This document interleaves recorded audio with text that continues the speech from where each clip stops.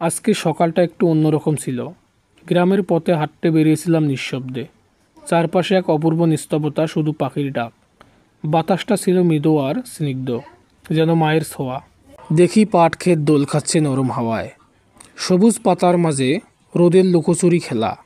মাটির গন্ধে ভরে উঠেছিল মন, সেই গন্ধে যেন পুরনো দিনের গল্প। রাস্তা ছিল একটু ভেজা ও কাদায় ভরা, তবুও পায়ে লাগা কাদা আওয়াজ আপন মনে হলো। পায়ের নিচে টুপটাপ জলের শব্দ ছন্দ বাজছিল মনে। এই ছন্দে হারিয়ে গেল শহরের কোলাহল। পাশে ছোট একটা খাল, জলের উপরে দাঁড়িয়ে রোদের আবহাওয়া দেখলাম। খালের ধারে দাঁড়িয়ে নিঃশ্বাস নিলাম গভীর করে। বাতাসে ভেসে আসছিল দূরের গ্রামের কোনো এক রান্নার গন্ধ। শিশির ভেজা ঘাসে পা ছুঁয়ে যেন প্রাণ পেলাম। এখানে কোনো তারা নেই, শুধু শান্তি আর মাটি।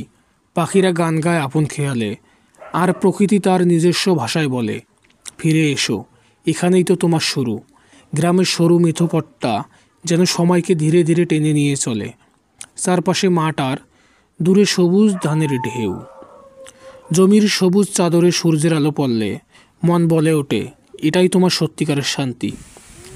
গ্রামের রাস্তা সোজা না হলেও ওই পথে হাঁটলেই যেন মনের ক্লান্তি ভুলে যায়।